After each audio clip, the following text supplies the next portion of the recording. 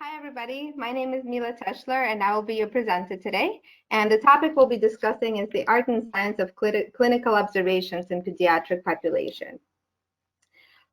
First, I would like to review with you the objectives, and then I will talk to you a little bit about myself and my practice.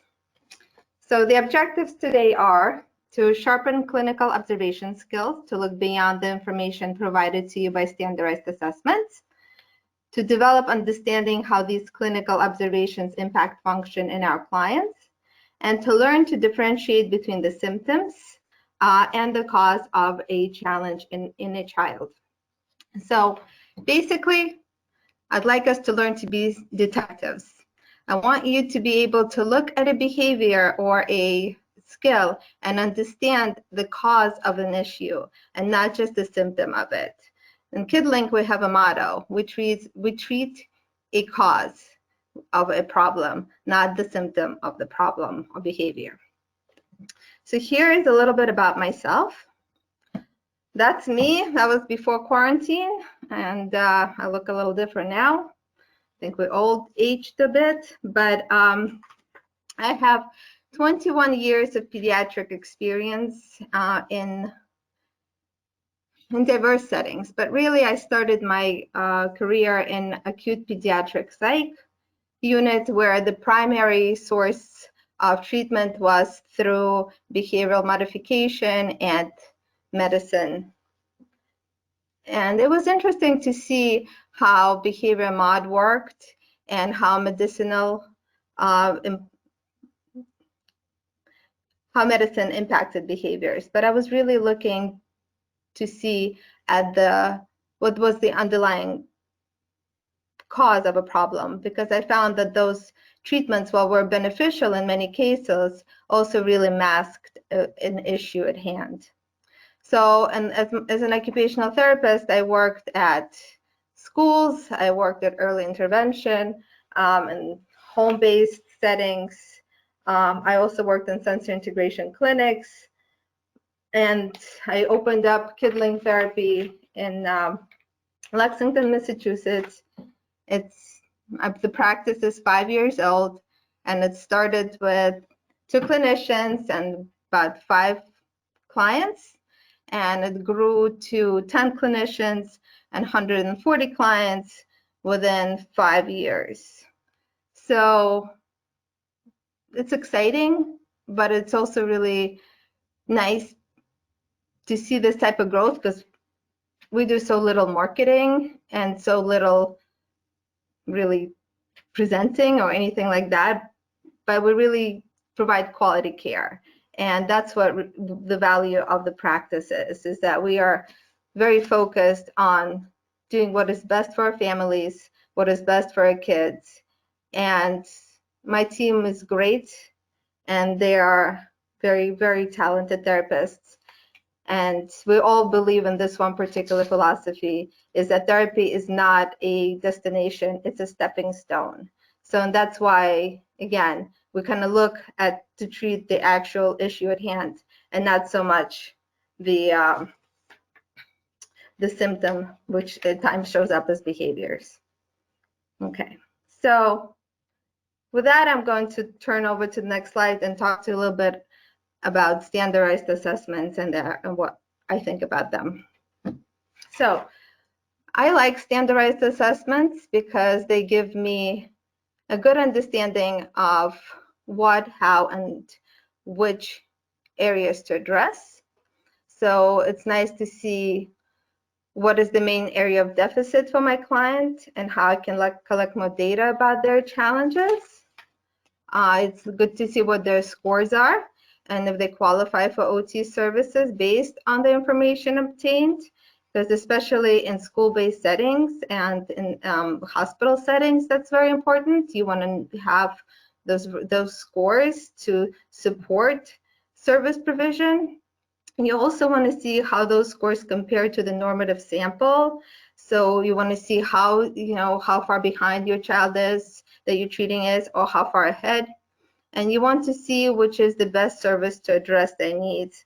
I know that OT sometimes it becomes a stepping stone for for parents and clinicians who teachers a lot of times feel comfortable referring to OT. It's a safe place, but OT may not be necessarily the right service for a child. They may need PT or social skills groups or another alternative service to truly help them. So this is why standardized assessments are important. But why do I like clinical ops? Clinical ops answer an important question of why. Why are these kids having challenges in many areas of function? Why do they exhibit undesirable behavior or lack of skills in one setting but not in another setting? Why do they have splinter skills? And why sometimes behavior reinforcers work in some situations, but they don't work in other situations. And when we're doing observations, we are not looking at the child right away. We start doing observations when we first collect data. So before the child comes into a practice, we send out a packet, and that packet includes family history, medical and developmental history, a history of services provided for this child, teacher questionnaire, phone conversation with a caregiver is also something we do as part of intake. So why do we do that? So the family history gives us a really nice context of what this child's social situation is like.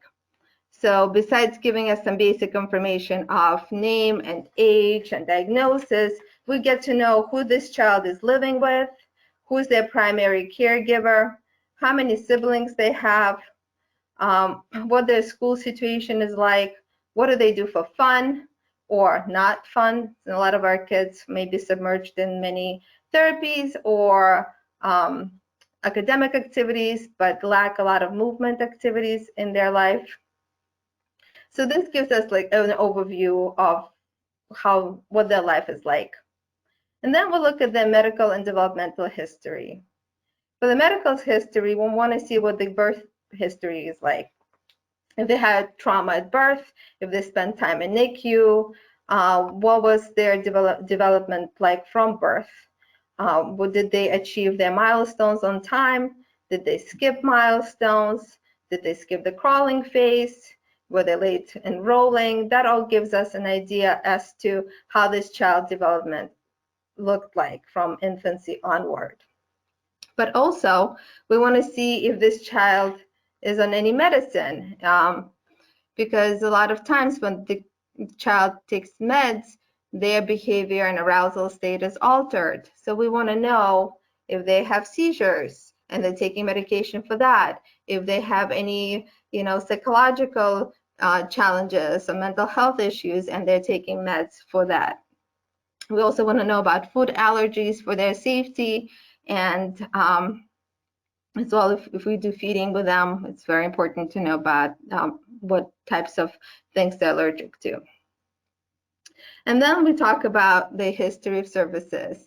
So it's good to know where this child was and where he is. So they received early intervention. That is a good thing to know. If they had ABA for many years, that's also a great thing to know. What services they're receiving currently besides OT? What supports are they getting? It gives us an idea of what their team is like. Who are the people really in contact with this child? Who are their service providers? And then we want to know, how is this child functioning at school versus home? So this is where teacher questionnaires come in really handy. We take a look at what this child is like in school. So are they, is the teacher seeing the same concerns as the parent? Does the child behave differently, with a different adult than the caregiver? Are they able to sustain attention on instruction? Are they able to participate in classroom activities? Are they able to negotiate, peers and engage in their, classroom environment? And then this is where we try to connect with the caregiver directly through a phone conversation. We want to know what main concerns a parent has for their kid. But also, this is our first opportunity to start developing a rapport with a provider, with a caregiver. We want to start establishing trust right away. We want to be active listeners and know that the parent is heard, that they are not just somebody, you know, that comes in through a door, like a number, but this is an actual person. They are treated as an actual person with real concerns and real challenges. And this phone conversation really allows us to do that. Also, it gives us an idea of who the parent is. They can be an anxious parent. They could be a defensive parent. They could be a very accepting parent. So this gives us an understanding of how to approach this caregiver upon the initial meeting. So now that we have all this data, you know, we are now looking forward to meeting our kiddo. And this is what the first transition is going to, this is what we're going to look for in their first transition into the practice. So we want to see, can they separate from their parent, or do they need parental support to transition? And it's okay for some kids to need their parents to, you know, enter the clinic space. It's depending on their age and depending on their abilities. It's expected that they want some support and somebody familiar with them. But also, we want to see what happens after the warm-up period is over. So how much of that parental support they need through their session. Do they need to have a parental approval at all times? Are they looking, what kind of attention are they looking for from their caregiver?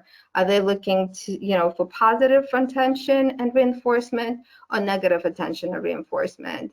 You know, is there learned helplessness involved? Are they looking for parents to do all the things for them while they do very minimal, to say the least? Because a lot of times parents tend to compensate for their kids, and it's nice to be able to see that, what that looks like in real life. So then we want to see how this child engages with a therapist. Are they talkative, or are they shy and reserved? Are they going to tell you about all their interests? And if they do, great, because that tells you that this child is open and social and wants to, you know, make a connection with you and build trust. But if they're shy and reserved, that's okay too. It's just you have to be able to read their body clues and cues and understand that this child might need a little bit more time to warm up to you, and a little bit might need more support and maybe possibly some empathy. And the best thing you can do is not to push him, but just to give him an opportunity to assimilate and then come to you. So another thing you might want to take a look at is eye contact. So there's, you know, it's expected that a child will maintain some kind of eye contact with you. Consistent eye contact is obviously preferred, but that may not always be the case. So if the eye contact is fleeing, that could be due to the child being very visually overstimulated by their environment. If the eye contact is intermittent, that may mean that the child is shy, reserved, maybe anxious. Also could mean that they have difficulties with visual fixation and cannot sustain visual eye contact for an extended period of time. Another thing to look at for is exploration of the environment. So some kids come in and they're like, they're just ready. They want to touch everything. They want to be everywhere. They're all over the place, so to speak. And they are movers and they're shakers. And other kids come in and they are sitting in one place, and it's hard for you to get them to move from the hallway into the clinic space or any room because A, they're maybe a little bit intimidated by the environment. B, they might not like unfamiliar environments. Or C, they have trouble with motor planning, and it might be challenging for them to know what to do with their bodies in an unfamiliar space. So this is what you can derive in terms of clinical observations from that very first transition into the clinic space. So the next thing I want to talk to you about is arousal level. So changes in arousal level can be caused by activities, obviously, and they can be very observable and obvious, or they can be very subtle changes. So observable changes in behavior include hyperactivity or hypoactivity, disorganized behavior when they're just start a task, drop a task, start another task, start another game, drop the game. So they're just having a really hard time with initiation, maintaining, and ending the activity. Then you might see those kids that go from, 0 to 180, and their voice changes, the volume of their voice changes. So they may start by, being typical, but and speaking in a normal voice, but then they're doing some kind of a intense movement activity, and their arousal level is spiking, and they're now so loud and they're almost screaming in your ear. So that's another indicator of a change in arousal level. And then you want to hear how they speak to you. So they might have a disorganized thought pattern. So those are the kids that start telling you about their day, and then they talk about their mother's shoes, and then they may talk to you about their friend's party, and that all happening in the span of a minute. So they're, just as their behavior is disorganized, their thought pattern is also disorganized. Another thing, more subtle thing to look for is changes in the autonomic nervous system. And these changes are subtle, or they can be very subtle. Especially if you're doing any type of vestibular work, these are some things you may want to look out for. So changes in respiratory rate, so that means the breathing, if it becomes shallow and superficial, that's something you might want to watch for. If all of a sudden the child is yawning and they're turning a little pinkish, that's another sign that something is going on. You may want to watch for some pupil dilation and body temperature change. Those are the things that are indicative that there's something going on neurologically, and that you should stop the activity that you're doing and give some calming input into this child. So calming input may look something along the lines of deep pressure or heavy work. It could be giving them something to chew or having them drink some water. It could also mean that having them wash their hands with and their face with cold water, or putting ice in their hands, and then the back of their neck sometimes helps, and also on their temples to kind of help them regulate input. Okay, so today there were so many clinical observations to go through, so I kind of picked a few to focus on. And the things we're going to talk about mostly today is postural control and visual vestibular connection. I found that there's some, I don't know, not misunderstandings, but there's some generalizations about it, about all those systems, and I just wanted to give a little bit of a different perspective on it. So I hope I succeed in that. So let's talk about postural control. So what is postural control? Postural control is an automatic response that requires sufficient muscle activation to sustain upright posture when working against gravity. So I'm going to give you an example of what that's all about. I think we're all familiar with what a balance disc is. So when we ask a child to step on the balance disc, that's when you have those subtle muscular activation coming in, because the surface area is now altered, it's no longer solid, and it's no longer static. Then all of a sudden this disc starts to deflate right underneath this child. So you're going to take the feedback, they're going to take that feedback from their environment, and they're going to adjust their postural control in according to that feedback. So now they want to step off this balance disc. So they need to adjust their postural control to do so. And it is a voluntary and volitional movement. And they need to think about, not cognitively, but their postural control needs to adjust for the initiation of that voluntary movement. And now you can't talk about postural control and not mention muscle tone. So you want to look at a child's muscle tone. You know, are they low tone? Are they looking a little floppy and looks like they're kind of hanging on their joints?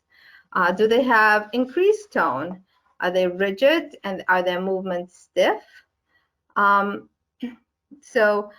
sometimes they may look like they have mixed tone. So if the child has a neuromotor disorder, such as cerebral palsy, you can see all types of tone challenges. It could be low tone, hypotonic, hypertonic, or mixed tone. But kids with sensory integration challenges and postural control challenges can present with fixing postures, and that may look like mixed tone, but it's not. They maintain those postures in order to gain some stability and compensate for weakness in their bodies. So these movements become a sort of a synergy for them, and those synergies are often inefficient in many settings and efficient in some settings, and that's why you kind of have something that may look like a splinter skill. Also, you want to take note of the activities that require proximal joint stability. So, for example, you want to look at what happens to the shoulder girdle co-contraction when they're completing a wheelbarrow walk. So you want to watch out, do they have scapular winging, or do they have, are they locking their joints, elbow joints, in order to move their bodies forward during that activity? So those are some things to watch for when you're doing this type of exercise with them. So what is postural control and sensory integration frame of reference? Besides the musculoskeletal system, we also look at the proprioceptive system, the vestibular system, and the visual system. And these are some of the clinical signs of impacted postural control. So if a child is walking around in a high guard posture during ambulation on uneven surfaces, that's a good indicator that something is going on with their postural muscles. It's also if the child is seeking support from external structures when positioned on an unstable surface. So they're leaners, they're looking to reach and grab stuff to hold on to. That's another indicator that something is going on there. If they do not use alternate step pattern when ambulating stairs, I actually really like looking at what a child does on the staircase. You can see where it is that where the trouble is, because you look at their alternates, if they're able to alternate steps. It's a nice thing to look at. Then what is harder for them, going up the stairs, which requires more endurance, or going down the stairs, which requires more control? And what is their mid-range? Do they have mid-range control of their bodies? So we have some kids that are literally like collapsing and attaching themselves to that stair, almost sitting down, trying to slide downwards on it, because they do not have that mid-range control to complete ambulation. Also, you want to see, as even as they're standing, are they locking their joints for stability? And this is a good one for schools. What is their sitting posture looking like? How long can they sit in that chair? And what happens when they no longer can sit in that chair? So some kids will stand up and walk around, and they will need frequent movement breaks. They're wigglers. Other kids collapse into their chair, or onto the table or desk, whatever is in front of them. Other kids just kind of literally kind of slide down, almost like under the table. And those are all indicators that there's something going on with their postural control, that they are unable to maintain static postures for an extended period of time, and that it's really hard for them to do so. So now I want to take a little closer look into different movement patterns. So the extension movement pattern. This is, to assess this, you would ask a child to get into the Superman position. So you would ask them to lay down on their belly or prone and lift their arms up and their legs up simultaneously and pretend they're flying like a Superman. And you want to see how long it is that they're able to maintain this particular posture. And you want to time them to see how long they can maintain this posture. You want to watch for their ability to breathe as they're doing this. You also want to see how much it is that they're, how much head movement they're using, how much shoulder stability they're using, and if they're even able to do this at all. So what is poor postural extension is very much related to impacted vestibular and proprioceptive systems. And usually the kids that have poor extension movement patterns are have also low tone. And you could actually even ask their parents or moms primarily how much tummy time this child had in infancy. That would be a good indicator as how much, what is going on with them. If the caregiver is not available, you might also want to look at the shape of the head. That can be an indicator as to what's going on with them and how much time they spend on their backs versus their bellies. So visual system can also be impacted if they have poor extension movement patterns. And the reason for that is that gravity is the driving force for development. So if they spend a whole lot of time on their back, they didn't get a chance to really fight against gravity. And gravity offers the opportunity for movement, and that also includes oculomotor musculature. And kids that have poor extension movement patterns also have, and because they're low tone, you will see that they have these, kind of classic low tone postures. So if they're sitting, they will be frequently sitting with rounded shoulders, and they're doing a lot of sacral sitting, whether it's on the floor or on the chair. If the less support the surface has, the more of that rounded shoulders and the more of that sacral sitting you will see. And in standing, you will see that they have a lot of that anterior pelvic tilt, almost looks like that lordosis, and they have a lot of the belly protrusion happening. So the abdominal kind of muscles are weak, so they have that hanging belly, and also you'll see a lot of the joint hyperextension happening in their knees. So now let's look into flexion. So to test flexion movement patterns, you want to ask a child to curl their body into a ball. So you are going to ask them to lay supine on the floor, to bring their knees to their chest and their head to their knees. And you're going to watch for, can they bring their head up as they're doing it? Are they stabilizing their head with their shoulders? Meaning, are they having a shoulder shrug? And are they breathing? Are they rolling from side to side as they're doing it? So is their body in sideline, or are they able to maintain static posture? And you want to see how long they're able to sustain this position. You're kind of aiming for, at least 20 seconds in both extension patterns and flexion movement patterns. So what does it mean when a child has poor flexion? That means that they have limited abdominal strength and core stability.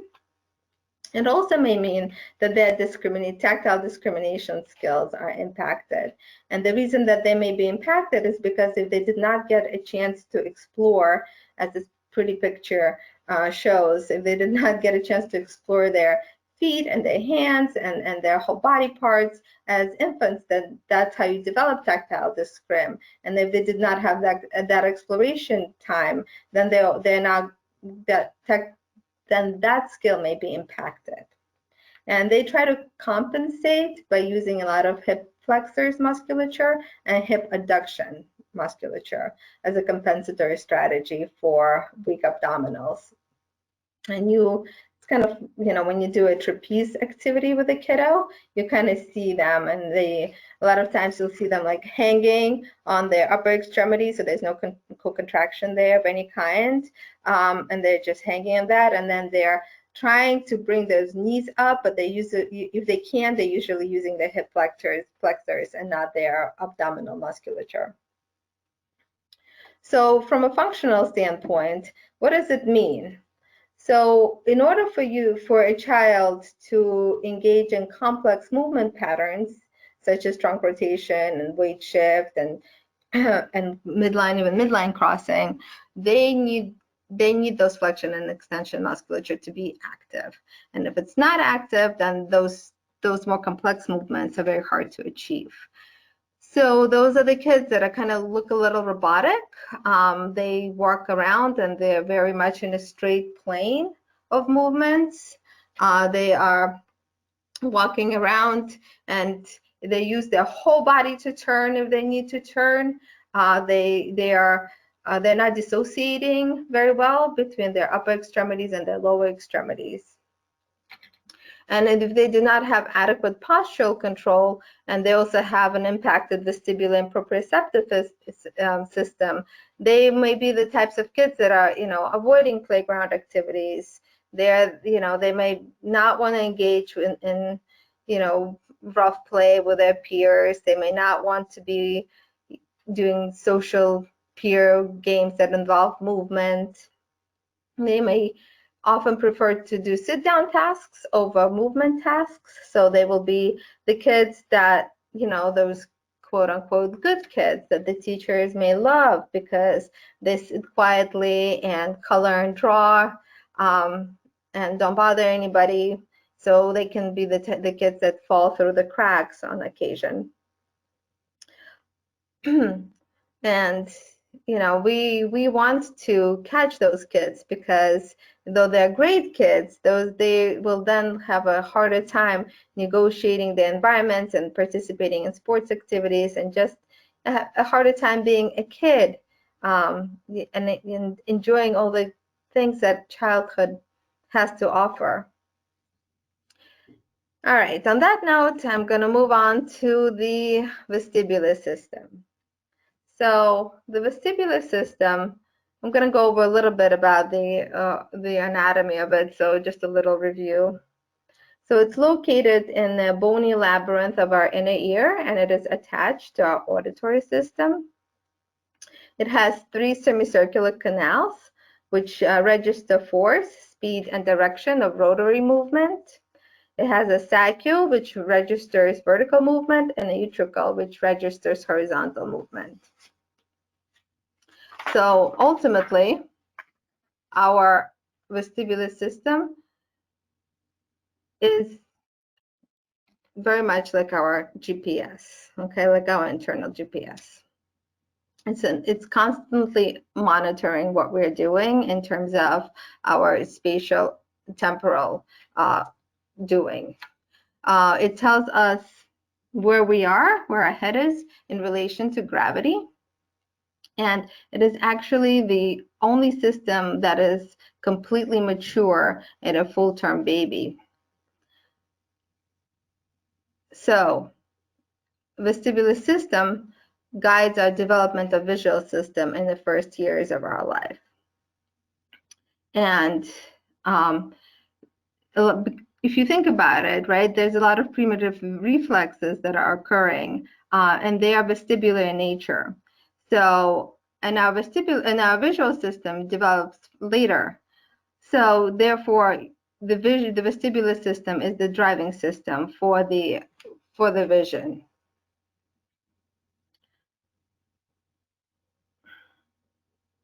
Okay.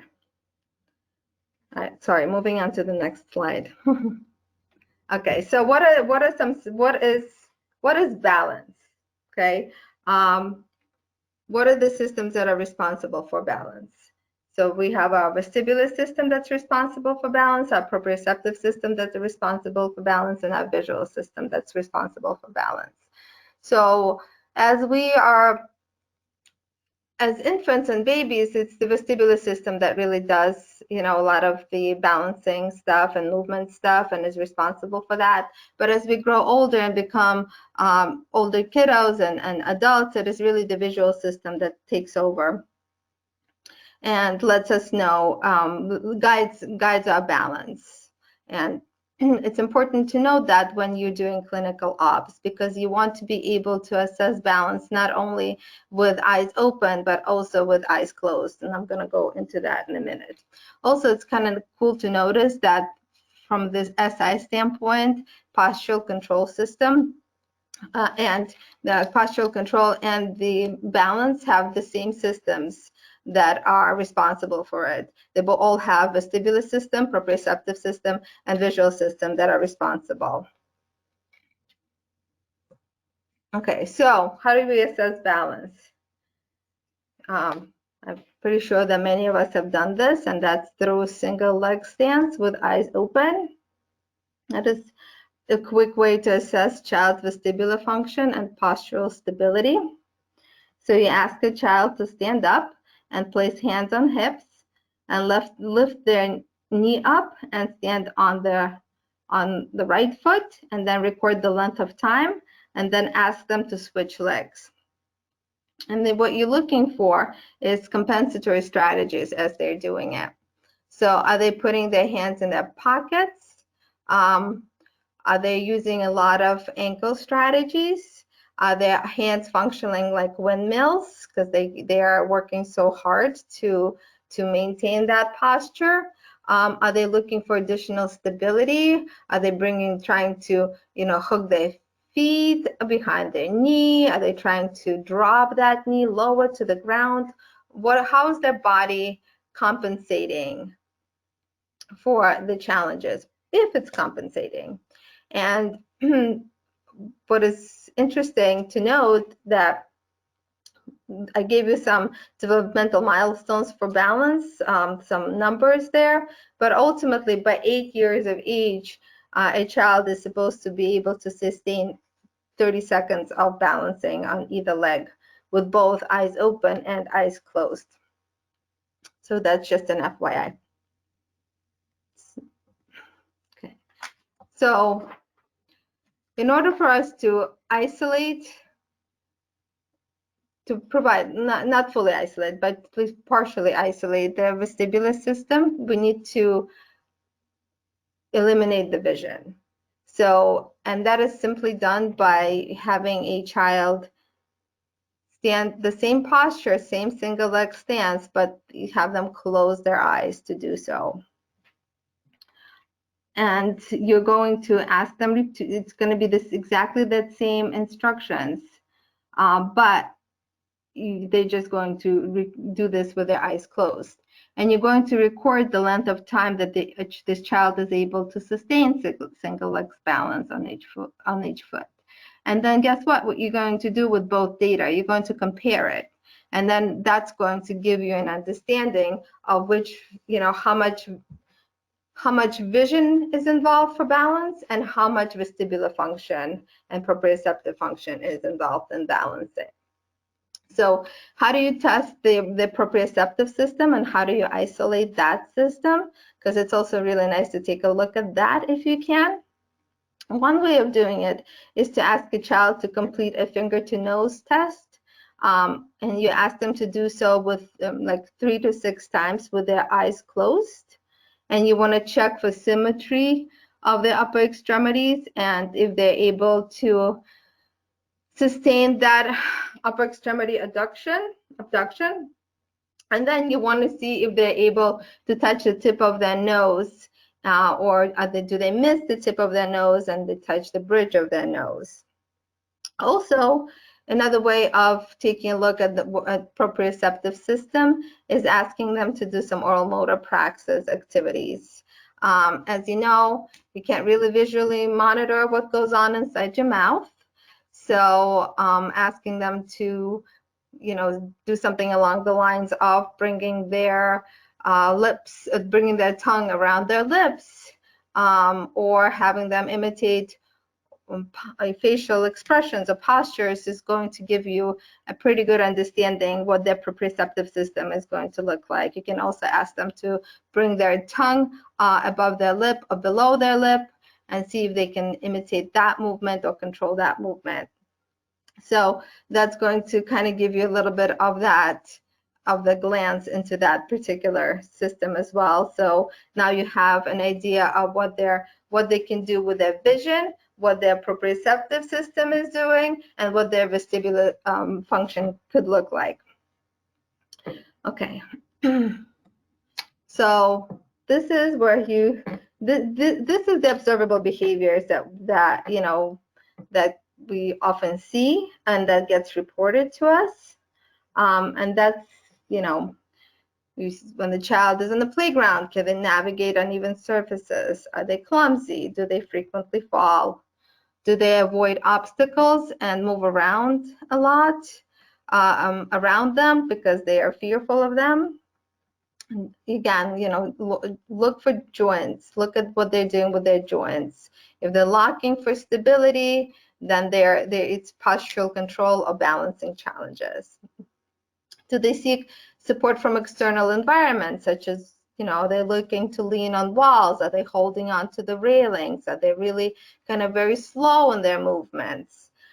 Some kids really don't like ambulating over uneven surfaces, so they kind of crawl over pillows, or they crawl instead of stepping into the trampoline or an elevated surface. They'll try to get on their hands and knees and do that. Or they may avoid elevated surfaces altogether. Okay, so in addition to balance, these behaviors or signs are important clues to what to look into, is to understand what is happening with the vestibular system. So when a child has an overreactive vestibular system, that means that the body becomes easily overwhelmed by movement experiences, especially the movement of the head when it's positioned out of midline. So I don't know, I see this a lot, but the kids they will do anything just not to bend that head. That head has to be upright. No matter what the rest of their body is doing, the head has to stay straight and very rigid. So even if they're picking up objects, even if they're leaning to get something, that head is not going anywhere. And if it does go somewhere, they become very disorganized. So if they have to bend down to tie their shoelaces, or if they have to bend down and brush their teeth and bending over the sink, they become very disorganized and almost dysregulated as a result of that. Another thing is that any movement experience is a challenge. They have a lot of insecurity about it. They're very fearful of novel activities and novel movement experiences, cautious, and can be avoidant. Then you have kids with an underreactive vestibular system, and those kids that don't fully register movement experiences and may crave or need those experiences for optimal functioning. So these kids may look sleepy at times.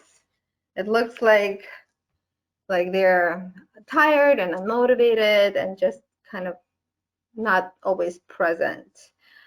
They also can be the types of kids that run around a whole lot. So if they're running back and forth and they're running back and forth and Doesn't seem like it's like parents tell me, oh my God, they have so much energy. They're just so energetic. But it's not that they have so much energy, it's that they are trying to stimulate their vestibular system and it's not working for them. So they just keep seeking something that's their movement is not giving it to them. Other kids, do some of that self-stimulating behavior when they rock themselves in a chair or in a bed, and they may find this to be soothing or calming, but also it can be a sign of underreactive vestibular system. Another thing is that they can fatigue with movement rapidly as well. Okay, so on the next slide, I'm going to introduce you to my friend Jay. He is an interesting kid, and I met him 2.5 years ago, roughly 2 summers ago. And I'm gonna move forward, and that's him. And I did not know this, but he came to me from a camp. I was working in a camp for kids with special needs, and he was a camper there. Okay, now lift the leg. Now take a step to 6. Just step onto it. Now lift the other leg. Okay. Now step to 3. And lift the other leg. Now 1, then 2, then 1. Then 1. Yeah, that's it, Josh. Sorry about that. Okay, so Josh, when I met him, he was not, to say that he was not a mover was an understatement. Josh sat and literally crisscross applesauce on the playground and watched everybody else move around him. He would not stand up independently. He had an aide that would try to pull him up. He was not really talking, not really engaging with anyone, not really doing much at all. And, when I spoke to the principal, she said to me that, he's really impacted and very low functioning kiddo. So can you please take a look if there's anything that maybe, he needs that he's not getting in this camp setting. So,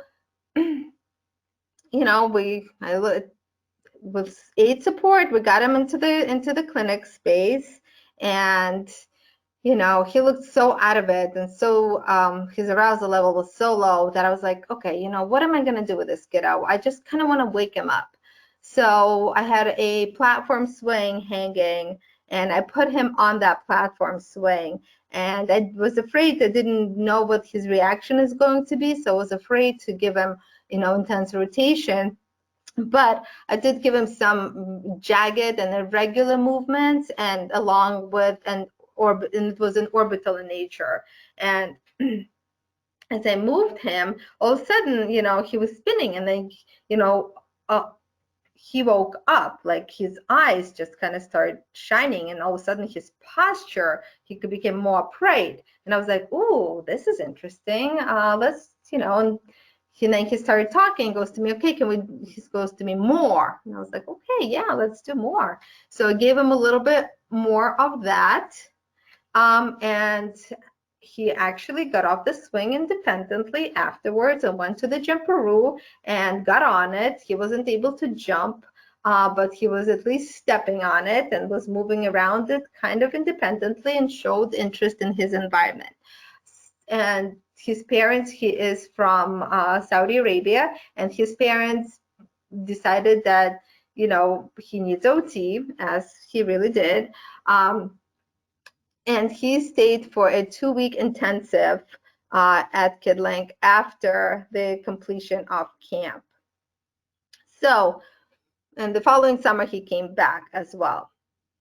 So what you're seeing right now, this particular footage was from the last time I saw him, and it was towards the end of his last intensive last summer.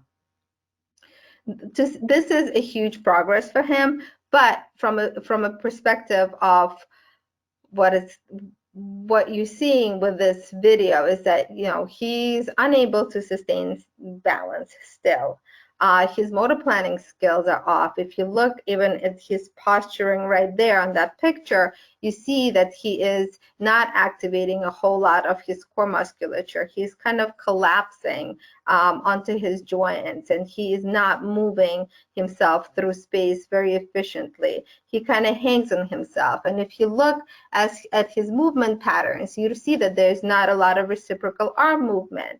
He's just kind of navigating space, but not efficiently so. If you look at his posture as well, you will see some asymmetry between the right and left side of his body. And when I say this is huge progress, this is huge progress to where we were originally. So at least now he's jumping. Before he wasn't even able to do that. Towards the end of his time at Kidlink, he was able to do some trunk rotation. He was able to get out of the ball pit. He actually participated in games of bumper tires, and he showed enough anger with me to call me a wet spaghetti noodle very frequently, to show his displeasure at my desire for him to move his body in a more challenging ways. Anyway, so that's a little bit of, you know, a little presentation of my buddy Jay there. Okay, so as we know, vision and vestibular system are very closely connected, and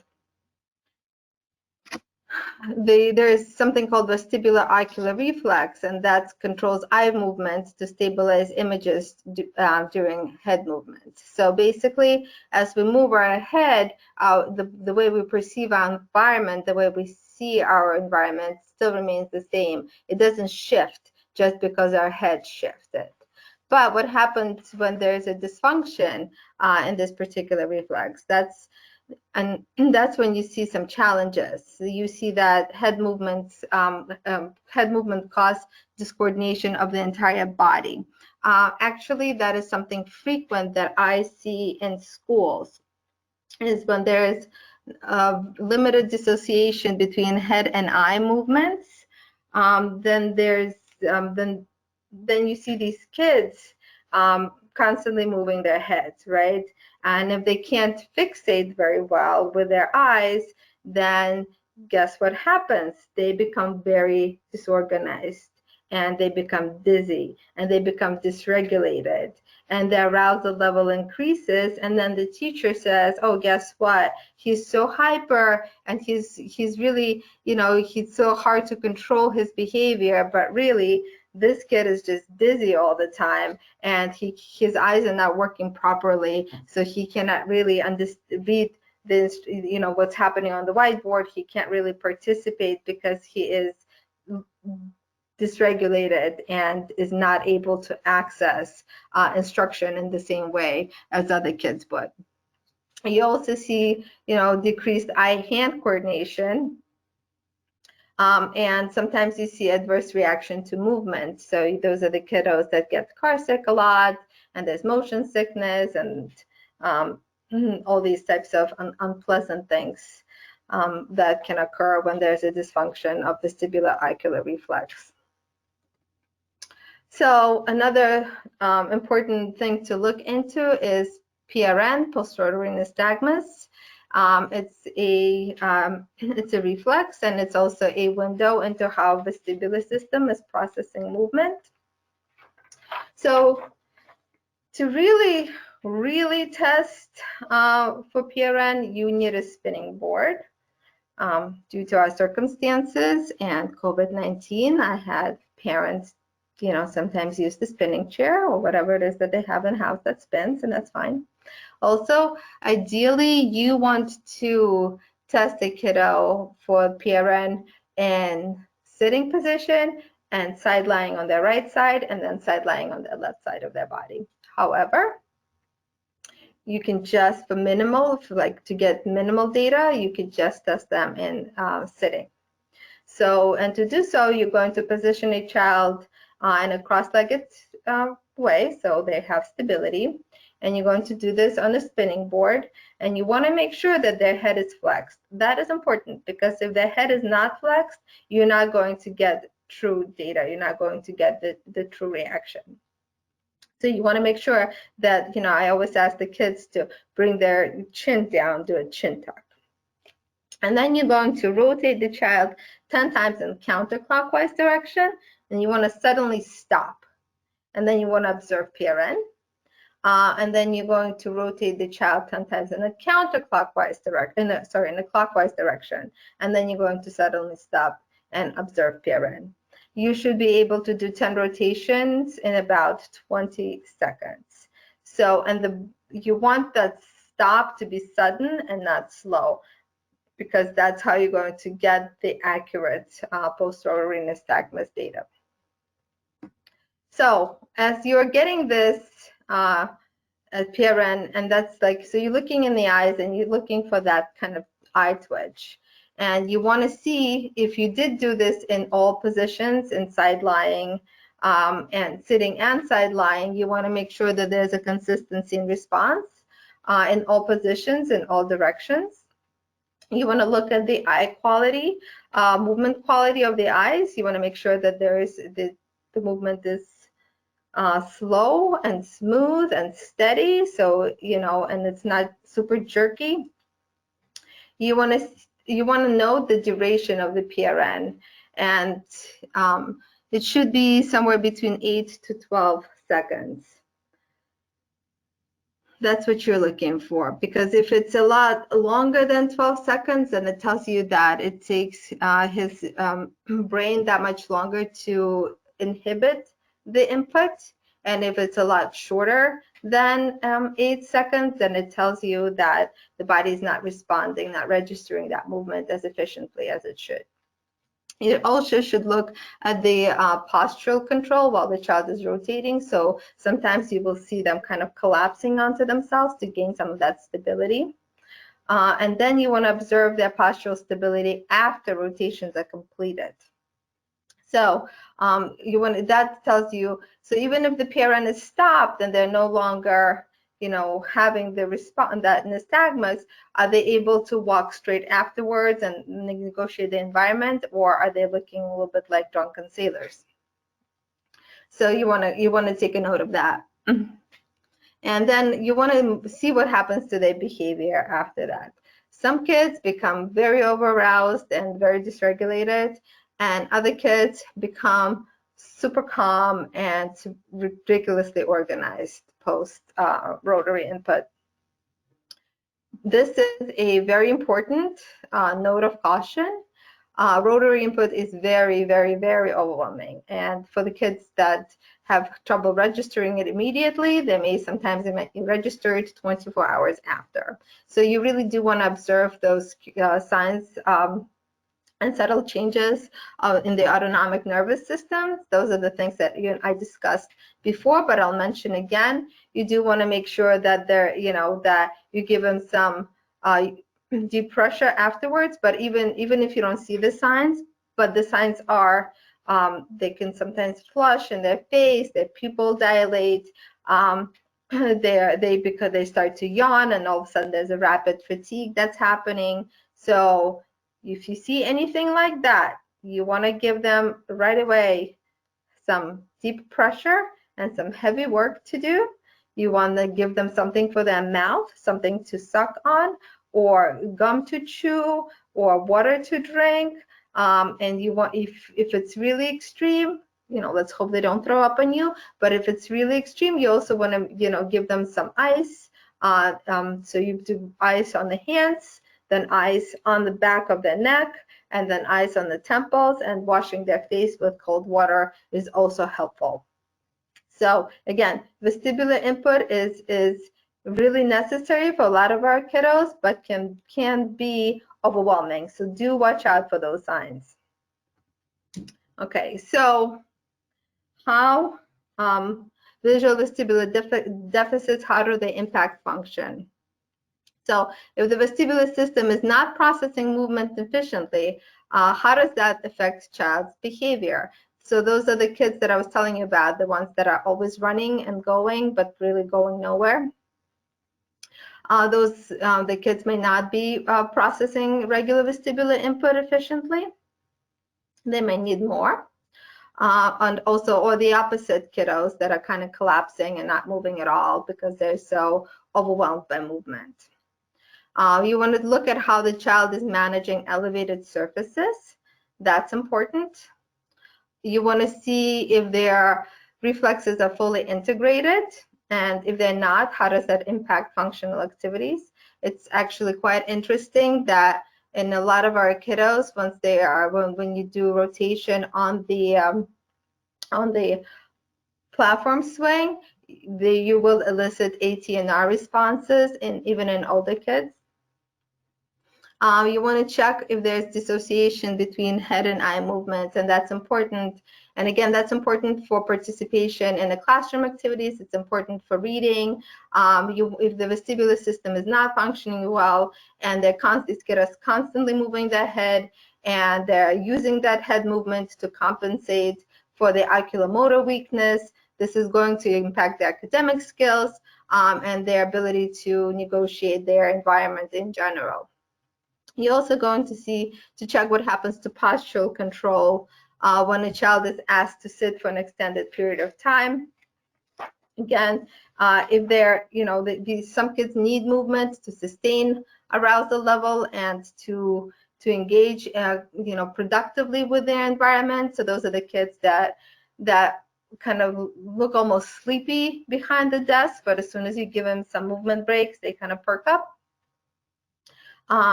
Those are the kiddos that you kind of want to look for, and also from a postural control standpoint, if they're collapsing onto their desk, if they're constantly kind of seeking surfaces to hold on to, then you should really look in their vestibular function as well as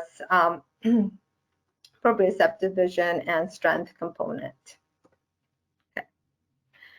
So this brings me to a little summary. Am I on time? Yeah, okay. So, subtle clinical data is frequently obtained through informal observations. And that's going to be your, it's not the big picture, but those are the underlying deficits that are causing that big picture. And as children grow, they develop a lot of compensatory strategies for their weaknesses. So you will see that they're able to do some things in some ways that might not be efficient, but they're doing it. But again, that particular skill is not really carried over into different areas of their lives. And this also becomes not a true skill, but a splinter skill. And these are the things I want you to ask yourself if you're not sure where to start when you're doing clinical obs. Look at it this way. You're looking from the top down, right? So you're looking what skill deficits are impacting this child's life. And that's the top of the pyramid, right? And then you're looking at what sub-skills are required to be successful in this particular skill area. And that's your middle of the pyramid. But even below that, you want to find out what foundational blocks are needed to develop those sub-skills. And that's your bottom of your pyramid.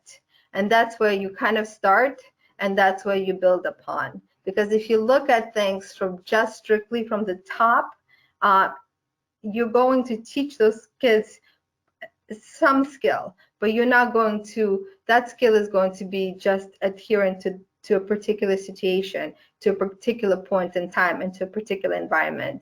Chances of it carrying over are small. And I'm big into motor learning. So even in treatment, when we do treat our kids, we always focus on foundational blocks and then sub-skills and the skill itself in one treatment session.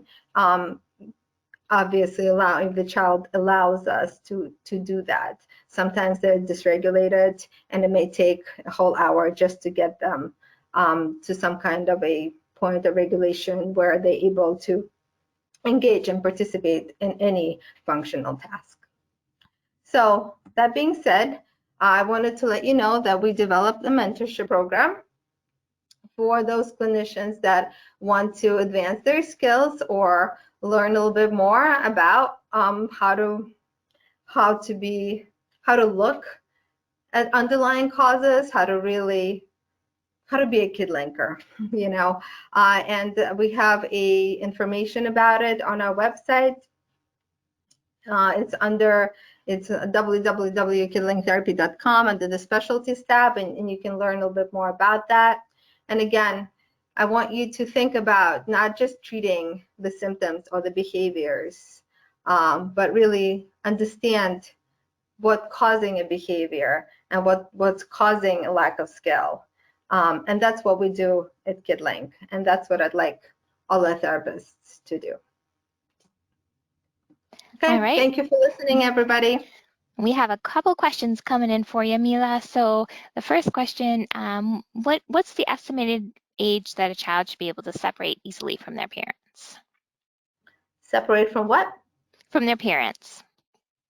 It really depends on a kiddo, but somewhere between 3 and 4. Okay, and then we have quite a bit of questions regarding norms related to Superman and the supine flexion and the prone extension.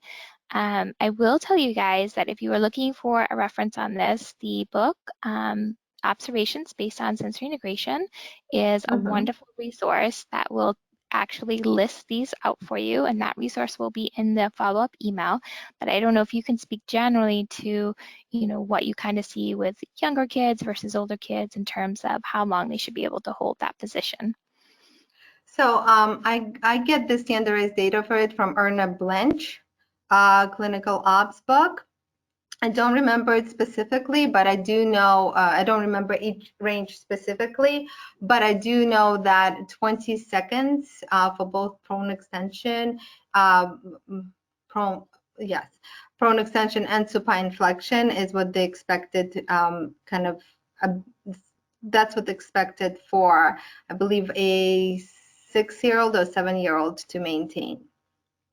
All right, and then can you talk about the balance norms again for an 8-year-old, eyes open versus eyes closed? Yeah, so by 8 years of age, it is expected that a child should be able to sustain balance on single leg balance for 30 seconds with eyes open and eyes closed. I listed, so I took this amazing course from Eyesight to Insight by Mary Kowar and Carl Hiller, I think his name is. And she gave out little different ranges, which I mentioned in the slides for different groups, because ultimately by 8 years of age, it all should be 30 seconds, eyes open and eyes closed, but it does vary slightly as before that age period, that age range. All right, the next question is, when doing finger to nose test, what does it mean when the child hits the tip of their nose with the middle of their finger? Well, that means that they are having trouble with their proprioceptive discrimination. It's the same concept, right? So you want, it's the tip of it should be the tip of the finger to the tip of the nose, and if they're missing that either that finger or that nose, it still symbolizes that proprioceptive discrimination is off. All right, and another kind of question that came in. I work with a student who is blind and craves spinning. If left unchecked, he will spin nonstop on the spinning board. They have not seen an ANS response. Touch sensory experiences are not as interesting to him in the school environment. He explores orally, but seeks this vestibular input insights. Yes, so check where his head is going. If his head is not bent, so when he's in sideline, it should look like he's almost smelling his armpit. You want that position of his head. And if he's sitting on that spinning board, you want that head tilt. If the head is rigid and is constantly in that midline, then you're not stimulating all the semicircular canals. You're only stimulating the, I think the horizontal semicircular canal, but not the others. And therefore, he's not getting that full range experience from that movement. Also, I would really, kind of check on his PRN and see what's going on with that. If he's not getting it at all after this particular, so he's spinning and spinning and spinning, but his body is not responding to it, then he really needs that more of that head activation. And you will, once you get the PRN, you will know that he's registering something. Does that make sense? You can respond in the comment box if that makes sense or not, but for now we can move on to the next question. Have you noticed any link with vestibular disorders and bedwetting? I've heard a link between spinal gland reflex not integrating and bedwetting, wondering about vestibular too. So I'm actually not, I do know that there is a connection between spinal gland and bedwetting. I'm not, as far as I know, gland is not a vestibular response, but I would need to research that a little further. So I'm not sure if there's a lot of vestibular components to that. From what I remember, there was not mentioned, gland was not mentioned as a vestibular reflex. All right, and then we have a couple questions relating to school environment. How are you using this in the school environment? What observations do you recommend for therapists working in a school-based or an educationally relevant practice? So for education, so again, it's really comes down to goals, right? So what are your functional goals? So that's always a starting point. And then how are you going to accomplish these goals using this kind of strategies and observations? So, you know, in terms of equipment, we're doing telehealth right now. It's nothing, believe me, there's nothing fancy there. Okay, so there's a lot of like warm-up vestibular exercises that you do, upside down bowling, you do you know, the spinning, just general, like have a kid spin with a head tilt. You're doing the, you know, moon dust cleaning exercises. So you're getting these kids to just rotate their head out of midline, and you can integrate that as general into your general exercise program. And then ultimately, you look at your goal, and if you see that, you know, if it can be a goal of, you know, strengthening and fine motor skills, for example, you do a lot of, you know, upper extremity weight bearing, but you're looking at the postural components, you're looking at the vestibular function, you're looking at the vision, you integrate that, but you're ultimately working on getting this child to sustain, you know, postural control while sitting in a chair and holding a writing utensil. All right, and next question, how do you test for dysfunction of VOR? Is it the same as PRN? Yes, it is the same. You're looking, NYSTAGMUS is a version of VOR, so it's one of the ways of doing that. You can also, you know, there's a lot of other specific tests for oculomotor function. You can look at tracking, you could look at saccades, you could look at fixation, and that is a separate ways of checking oculomotor function. But in terms of VOR, that would be PRN is the most easily accessible reflex to check. Okay, with the PRN test, what is the purpose of having the child flex their head? Would the test result be invalid if the child does not flex head through all spinning rotations? Yes, the test that would be invalid because when you, again, like I mentioned before, you want to make sure you stimulate all semicircular canals. So when the position of the head is constantly in midline and is not shifted, so you need that 30-degree shift, then you're not really doing anything except spinning the body. You're not really stimulating the vestibular system in itself. So you might get a PRN, but it won't necessarily be a true PRN, a true measure. Okay, I have a student who is very active at times, very tired. When he is spun on the therapy swing, he has no PRN. What do you think? Well, he doesn't, you know, what is the rest of his behavior looking like, you know? Not everybody, sometimes PRN, depending on a child, like I mentioned about them having, you know, irregular PRN. So it can be very short. It can also almost be unnoticeable, especially if this child is, you know, is not registering movement very well. So, really, if he's at that point, you're going to look at what his posture is doing, at what his balance is doing, and you're going to look at what's his arousal level like after the rotary input. Okay, so the next question, how do you know when astronaut training program will be used with a child? When they have trouble with their vestibular function. If they, so I personally, I know that it's, people have perhaps mixed feelings about it, but I really like the astronaut training program. I like the fact that it integrates auditory system and visual system and the vestibular system all together. So I find it to be very beneficial for kids that struggle with postural control, with the kids that have trouble with defensiveness, movement defensiveness. I don't necessarily follow the exact protocol. I really do it specific to each child. If some kids tolerate 10 rotations, but other kids tolerate 2. And either one of those are okay. So I like that program. All right, so the next question, if you're doing an initial evaluation, you would not have goals yet. So what clinical observations would you focus on for tying in educationally relevant needs? So if you always, this is why you do the initial interview, right? You have to understand what are the concerns that are coming in, what's the reason for referral. You might not have specific goals, but you are looking, there's a reason why this child is coming to you. So this is what you kind of start basing your observations on. So the primary concern is, fine motor skills and lack of endurance.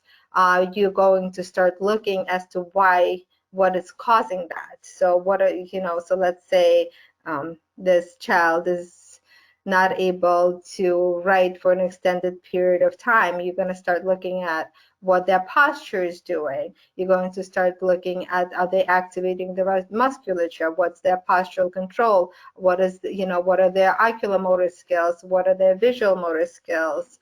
And that's how you're going to get to understand what the problem, why there is a problem in this particular area of function. You base it on the reason for referral, even if you don't have an actual functional goal for them yet.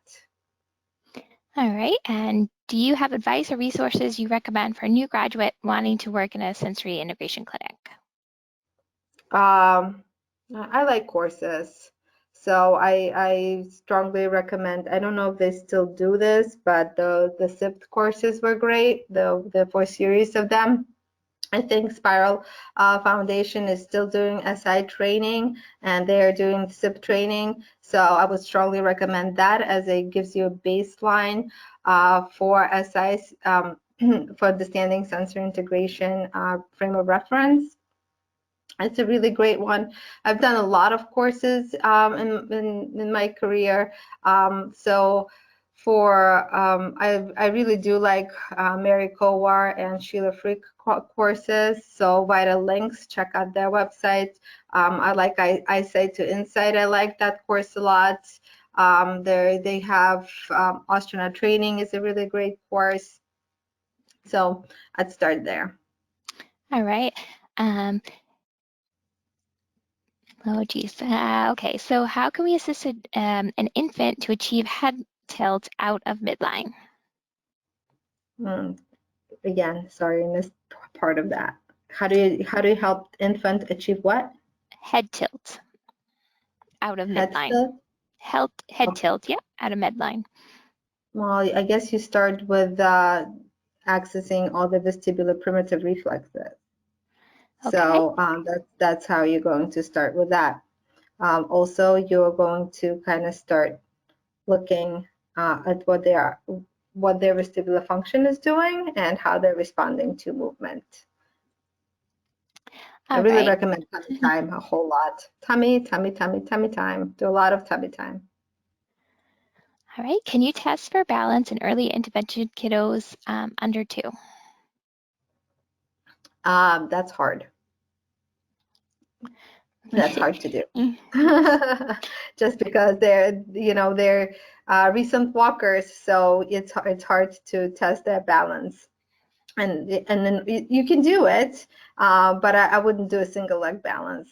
You know, I would just look at how they negotiate their environment, and how they're, you know, are they very cautious movers? Are they, you know, active movers? I would look at that. I wouldn't do a single leg stance with a 2-year-old. Okay, can you give a parent-friendly description of the vestibular system and its impact on a child for parents of early intervention kiddos? So I kind of do this with our parents. I tell them, you know how you go on a roller coaster and you feel all these different sensations? That's your vestibular system telling your body where you are in space. And for our kids that are, you know, that that system may be developed or may not be fully developed, and we want to take a look at it as it is a central connector to our eyes and to our ears, as well as, you know, it's going to help our balance and allow the child to negotiate their environment in a more kind of productive way. Okay, what kinds of standardized tests are you using in your practice area that we could use in the school setting? I use the DVPT3, the BOT, BERI, any other ideas? So we always do the REAL and the SPM. In our clinic, we use the Peabody for the younger kiddos. We do the VMI, and I do a lot. I mean, I generally do a lot of clinical labs. All right, just a couple people asking for you to repeat the astronaut, what is the astronaut program? Repeat those sources, Mary, ? Shelley, ? Sheila Frick and Mary Kowar. And the name of their website, I think it's called Vital Links, and they have a bunch of courses, and they have a lot of information, even I believe on their website, that can be useful, and they're really awesome, and I enjoy their courses very much. I did the a primitive reflex course with them. I did the astronaut training with them. I did eyesight to insight with them, and I found all those courses to be very applicable to SI clinics, may not always be applicable to a school setting.